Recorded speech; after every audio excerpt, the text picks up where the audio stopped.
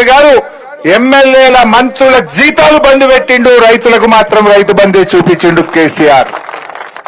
కానీ నువ్వు ఇవాళ ఓట్లకు రైతు బంద్ వేస్తున్నావు, 15,000 ఇస్తా అన్నావు. ఇవాళ నడిమిట్ల 2 రైతు బంధులు ఎగ్గొట్టినావు. 2 రైతు బంధులు అంటే ఒక్కొక్క రైతుకు ఒక్కొక్క ఎకరానికి 12,000 ఇవాళ రేవంత్ రెడ్డి బాకీ ఉన్నాడు. అంటే రైతులు అంత అమాయకంగా కనబడుతున్నారా? నడిమిట్ల 2 ఎగ్గొడతా, ఇప్పుడు ఓట్ల ముంగట ఎత్తే మళ్ళీ వడ్డేని ఓట్లు గుద్దుతారు అనుకుంటున్నావు. ఏంది బిడ్డ? తప్పకుండా నువ్వు ఆ 12,000 బాకీ పడ్డ ఎకరానికి 12,000 ఇస్తేనే రేపు లోకల్ బాడీ ఎన్నికల్లో నీకే రైతన్న ఓటేస్తాడు, లేకపోతే ఒక్క రైతు కూడా నీకు ఓటేయడు బిడ్డ, జాగ్రత్త అని చెప్పి నేను హెచ్చరిస్తా ఉన్నా.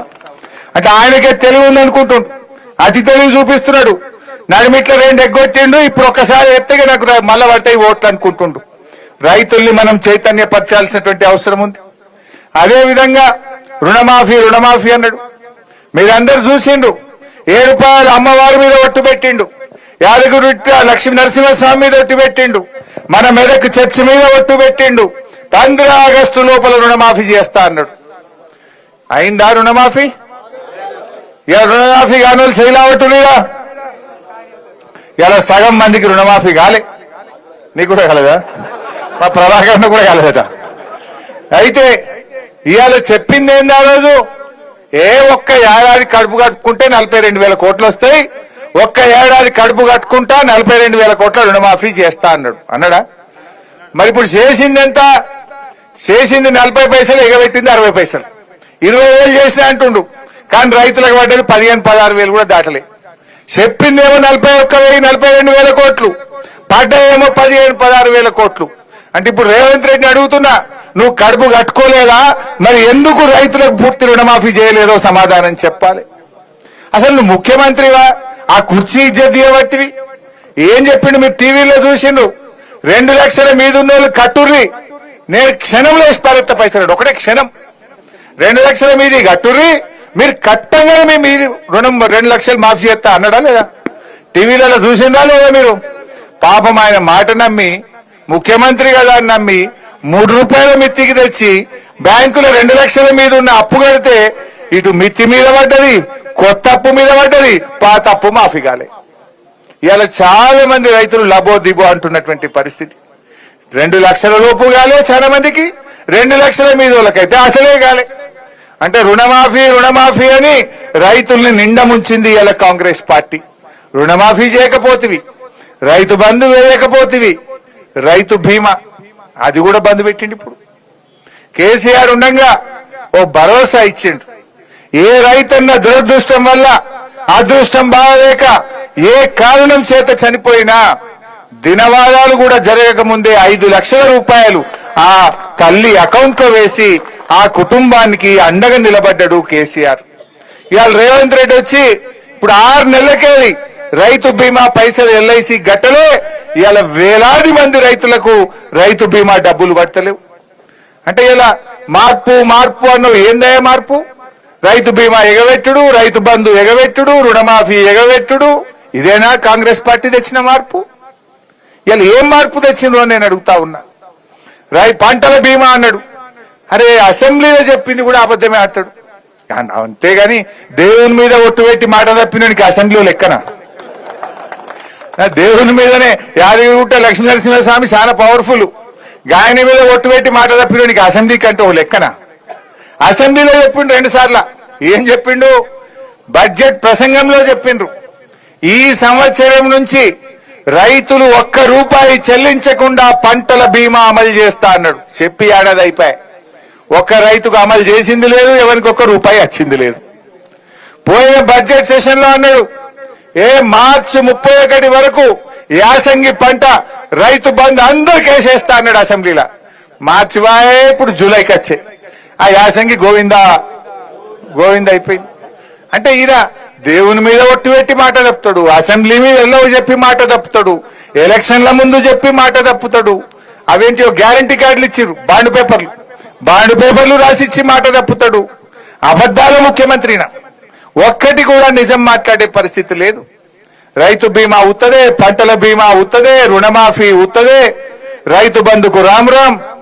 ఏం చేసిండు రైతులకు ఒక్కటి చెప్పండి నాకు. ఈరోజు ఏదన్నా కొత్త తెచ్చినవా? నువ్వు కేసీఆర్ ఇచ్చిన ఎగబెట్టుడు తప్ప, బంధు పెట్టుడు తప్ప, కోతలు పెట్టుడు తప్ప నువ్వు చేసిన ఒక్క మంచి పని రైతులకు చెప్పు. చేసిండు. ఏం చేసిండంటే, మా భూములు గుంజుకోవద్దు, మా భూములు మాకు కావాలంటే లగచర్ల గిరిజన రైతులకు బేడీలేసిండు, జైల్లో పెట్టిండు. మొన్న గద్వాల జిల్లా ధన్వాడలో ఈ ఇథనాల్ ఫ్యాక్టరీ వల్ల మా ప్రాణం దెబ్బతింటది, మా ఆరోగ్యాలు ఖరాబ్ అవుతాయి, ఇథనాల్ ఫ్యాక్టరీ మాకు వద్దు అంటే ఆ పెద్ద ధన్వాడ రైతులకు బేడీలేసి జైల్లో పెట్టిండు రేవంత్ రెడ్డి. అంటే రైతులకు బేడీలేసిన చరిత్ర రేవంత్ రెడ్డిది, రైతులను జైళ్లలో పెట్టిన చరిత్ర రేవంత్ రెడ్డిది. ఇంతకు మించి రైతుల ఆత్మగౌరవాన్ని నువ్వు దెబ్బతీసినావు. దేశానికి అన్నం పెట్టే రైతు చేతులకు బేడీలేసిన రేవంత్ రెడ్డికి ఈ రాష్ట్ర రైతులందరూ కలిసి గుణపాఠం చెప్పాలని చెప్పి నేను ఈరోజు కోరుతా ఉన్నా. ఏ రకంగా మనసు వచ్చింది?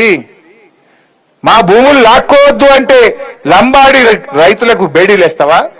మా భూములు లాక్కోవద్దంటే బీసీ రైతులకు పెద్ద ధన్వాళ్లలో బేడీలేస్తావా? ఇదేనా రైతు రాజ్యం? ఇదేనా రైతులను ఉద్ధరించేది?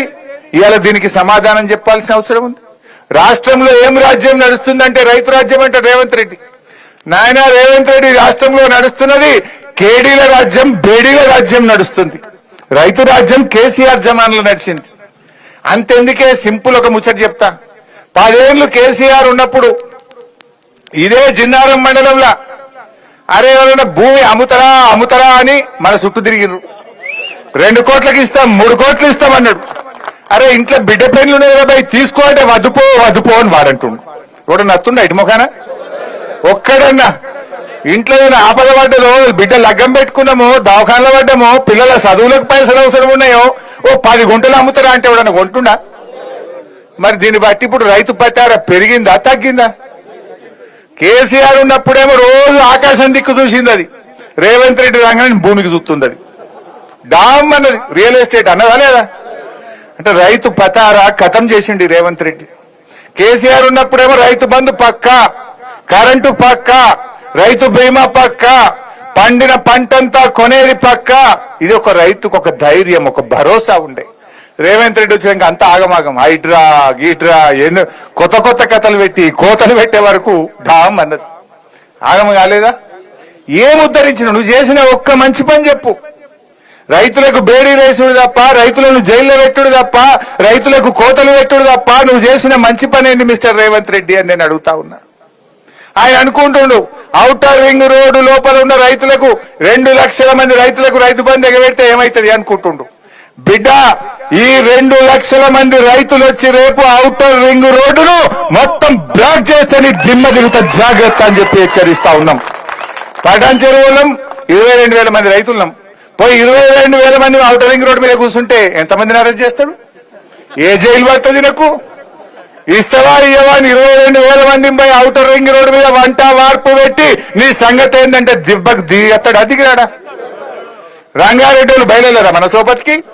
మేడ్చల్ల సబితక్క బయలుదేరదా మన సోపతికి? మల్లారెడ్డి వెళ్ళాడా మన సోపతికి? వెళ్తాడా లేదా? అందరం వెళ్ళి కూర్చున్నాక దెబ్బకి దిగుతాడా దిగడా? మిస్టర్ రేవంత్ రెడ్డి, రైతులు మరి బయలుదేరక ముందే ఈ 2 లక్షల మంది రైతులకు వెంటనే రైతు బంధు వేయాలని బీఆర్ఎస్ పార్టీ తరఫున డిమాండ్ చేస్తా ఉన్నాం. అందువల్ల రైతు సోదరులారా, మనం జాగ్రత్తగా ఈ పోరాటాన్ని ఇంకా ముమ్మరం చేద్దాం. ఇవాళ ప్రారంభం మాత్రమే. 2 అయితే ఎగనే పెట్టినావు, ఈ ఇచ్చేది కూడా ఇవ్వవా మాకు? అందరికీ 2 ఎగబెట్టినావు. ఇప్పుడు ఈ ఇచ్చేదన్నా ఈ వీళ్ళకు కూడా ఇచ్చి తీరాల్సిందే అని చెప్పి నేను కోరుతా ఉన్నా. ఈయన ఇంకోటి ఏదో అర్థం కాదు మన మెదక్ జిల్లా మీద. మొన్న మా మాణిక్రావు సాబు దగ్గరికి జైరాబాద్కు పోయిండు ఎవరు? రేవంత్ రెడ్డి. పోతే మా మాణిక్రావు సాబు లేచి, అరే మా జైరాబాద్కు ఇంత పైసలు కావాలి, మోరీలు సాఫ్ లేవు, గ్రామ పంచాయతీల ట్రాక్టర్లన్నీ మొత్తం తాళాలు పడ్డాయి, డీజిల్ కు పైసలు లేవు, గ్రామ పంచాయతీకి ఏమైనా పైసలు, మున్సిపాలిటీకి ఏమైనా పైసలు అని ఇట్లా కేసీఆర్ వచ్చినప్పుడు అడుగుతుండే. కేసీఆర్ రాగానే ఊరికి 25 లక్షలు, జైరాబాద్ కు 50 కోట్లు, మండలానికి 1 కోటి అని ఇచ్చిపోవు కేసీఆర్. గట్లనే ఇస్తాడు అనుకోని అన్ని అడిగిండు. 1 రూపాయి ఇస్తే ఒట్టు, 1 పైసా జైరాబాద్కి వస్తే ఎమ్మెల్యే గారు అడిగితే 1 రూపాయి కూడా ఇవ్వలే. ఇక పటాన్ చెరువు మీద పగబెట్టిండు, ఇంత రైతు బంధు కోత పెట్టిండు. కొత్త ఇచ్చుడు లేదు కానీ కేసీఆర్ ఇచ్చిన ఈ కోతలు పెట్టుడు, క్యాన్సిల్ చేసుడు, బంధు పెట్టుడు. ఇగో ఇది కథ నడుస్తా ఉన్నది. ఇంకోటి ఇది ఆ ముఖ్యమంత్రిగా రాష్ట్రం పరువు తీస్తుండ బాధ కలిగేది ఏంటంటే మొన్న మీరు టీవీలో చూసి ఉంటారు, దేవాదిలో ఏ బేసిన్లు ఉంది అంటుండు. రైతును అడిగితే చెప్తాడు, దేవాదిలో గోదావరి నది మీద ఉందని స్కూల్ పిల్లగాడు చెప్తాడు. బనకచెర్ల మీద గింత యుద్ధం చేస్తున్నాం ఒక దిక్కు, బనకచెర్ల నీళ్లు చంద్రబాబు తీసుకుపోతా అంటే మాకు అన్యాయం అవుతుందా, బనకచెర్లను ఆపాలని రాష్ట్రం అంతా నిలబెట్టుంది తెలంగాణ రైతులు. ఈయన అడుగుతుండే అమాయకంగా బనకచెర్ల ఏ బేసిన్లు ఉంటది ఆడుంటది.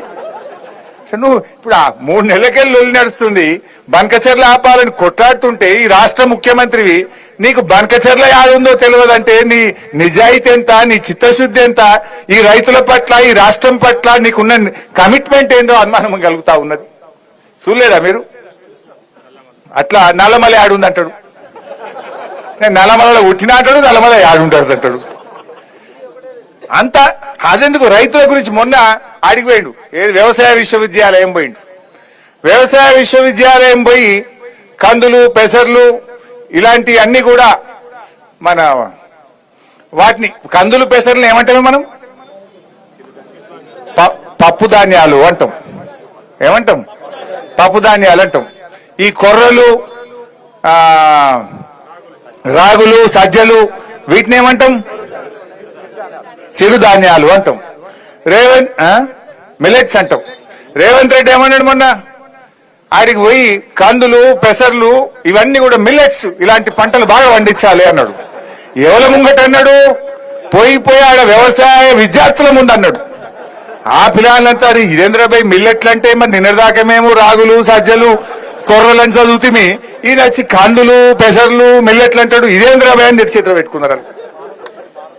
ఎక్కడి కథ, ఏం కథ ఇది? పరిశాలిగా ఆగమాగం జగన్నాథం, ఒక్కటన్నా చక్కలేదు. తెలియకపోతే సపరే కూర్చోవాలి, తెలిసినట్టు ఏందో మాట్లాడబోతారు. నీ ఇజ్జత్ పోతావే కానీ రాష్ట్రం పరుగు పోతుంది కదా. తెలంగాణ ముఖ్యమంత్రికి ఏం తెలియదట, గిట్ల మాట్లాడుతుండంటే మన ఇజ్జత్ ఏమైనా ఉంటుందా ఈ రాష్ట్రంది? ఈ రకంగా తయారైపోయింది. ఏమనంటే తిట్టుడు తప్ప ఇంకోటి తెలియదు. నేను మొన్న ఏదో జ్వరం వచ్చింది పోయి, మనిషికి రోగం రాదా అంటే జ్వరం రాదా, నేను దవాఖానలో పట్టే దాని మీద కూడా మాట్లాడుతూ ఈయన దవాఖానలో పడ్డాడు అంటాడు, ఈయన ఇంత పొడుగు ఉన్నాడు అంటాడు. నేనేం చేయాలి? దేవుడు నాకు పొడుగు ఇచ్చి నీకు పొడుగు ఇచ్చిండు. నువ్వు తలకాయ కిందికి పెట్టి కాలు మీద పెట్టి గుంజినాను పొడుగు కావు. ఊకే నా మీద పడి ఎందుకు ఎడతావా రేవంత్ రెడ్డి? హరీష్ రావు పొడుగు ఉన్నాడు, హరీష్ రావు ఏమో నేనేం చేయాలి భయ్? దేవుడు నాకు పొడుగు ఇచ్చి నీకు పొడుగు ఇచ్చిండు, మరి నా మీద పడి ఎడతాడు ఊకే. అంటే ఒక సైకో టైప్ అయిపోయిండు. ఈ రకంగా ఇవాళ ఏమనంటే కేసు ఇవాళ అనవసరంగా మన కౌశిక్ రెడ్డిని అరెస్ట్ చేసిండు. ఆ అరెస్ట్ కూడా ఎట్లా చూసి ఇవాళ శనివారం రేపు ఆదివారం కోర్టు ఉండదు. ఇప్పటికీ 10 సార్లు తిట్టింది కోర్టు, నువ్వు ఈ శుక్రవారం రాత్రి శనివారం పూట అరెస్ట్ చేయకు, నువ్వు కావాలని వేస్తున్నావు బిడ్డ అని హైకోర్టు మొటికాయ వేసింది పోలీసు వాళ్ళకు. కానీ మళ్ళా చూసి నిన్న శుక్రవారం రాత్రి 12 గంటలకు మన కౌశిక్ రెడ్డి ఎమ్మెల్యేని అరెస్ట్ చేసిండు. ఏం చేసిండు కౌశిక్ రెడ్డి? కౌశిక్ రెడ్డి రేవంత్ రెడ్డి తప్పులను ఎత్తి చూపిండు, గట్టిగా మాట్లాడిండు, పోరాడిండు. బీఆర్ఎస్ ఎమ్మెల్యేలను గుంజుకుంటే వాళ్ళ మీద గట్టిగా పోరాటం చేసిండు. బిడ్డ రాజీనామా చేయండి రాబాయ్ అని కొట్లాడిండు. ఆ కౌశిక్ రెడ్డి గట్టిగా అడుగుతుండని ఆయన మీద పగబట్టి నిన్న రాత్రి 12 గంటలకు దొంగ కేసు పెట్టి ఫాల్తు కేసుల అన్యాయమైన సెక్షన్లు నాన్ బెయిలబుల్ సెక్షన్లు పెట్టి ఇవాళ ఆయనను అరెస్ట్ చేసి జైల్లో పెట్టిండు. ఏమైనా మర్డర్ చేసిండా? ఎవరినైనా చంపిండా? ఏమైనా మోసం చేసిండా? ఇవాళ ఒక ఫాల్తు కేసులో అక్రమ కేసులో ఇరికిచ్చి ఇవాళ ఆయనను జైల్లో పెట్టే ప్రయత్నం చేస్తాడు. మొన్న మన కేటీఆర్ గారిని రాష్ట్రం యొక్క గౌరవం పెంచితే, రాష్ట్రం ప్రతిష్ట పెంచితే ఈ కార్ రేసింగ్ ప్రపంచమంతా హైదరాబాద్ దిక్కు చూసేట్టు కేటీఆర్ చేస్తే ఆయన మీద కేసు పెట్టి సతాయించే కార్యక్రమం చేస్తుంటాడు. కేసీఆర్ ను కమిషన్ ముందుకు పిలిపిస్తుంటాడు. ఇంక తప్ప ఇంకో పని రాదా నీకు? పాలన లేదు, ఎంతసేపు ప్రతిపక్షాల మీద పగబట్టుడు, కేసులు పెట్టుడు, రైతులను జైలు వేసుడు, రైతులకు బేడీలు పెట్టుడు, ఇది తప్ప నువ్వు చేసిన ఒక మంచి పని ఏమైనా ఉందా? అందాల పోటీలను పెట్టినావు. అసలు ఈ ఒక విషయం తెలవాలి మీకు, ఈ కార్ రేసింగ్ ఏమో అన్ని రాష్ట్రాలు పోటీ పడ్డాయి. మహారాష్ట్ర ముఖ్యమంత్రి షిండే అరే ఇది మా బాంబేలో పెట్టాం ఈ కార్ రేసింగ్, మా దగ్గరికే రావాలని ఆయన అడిగిండు. గుజరాత్ ముఖ్యమంత్రి మా దగ్గర రావాలని అడిగిండు. బెంగళూరు ముఖ్యమంత్రి మా దగ్గర రావాలని అడిగిండు. అందరినీ కాదని పోటీ పడి కేటీఆర్ గారు దాన్ని హైదరాబాద్ కు తెచ్చిండు.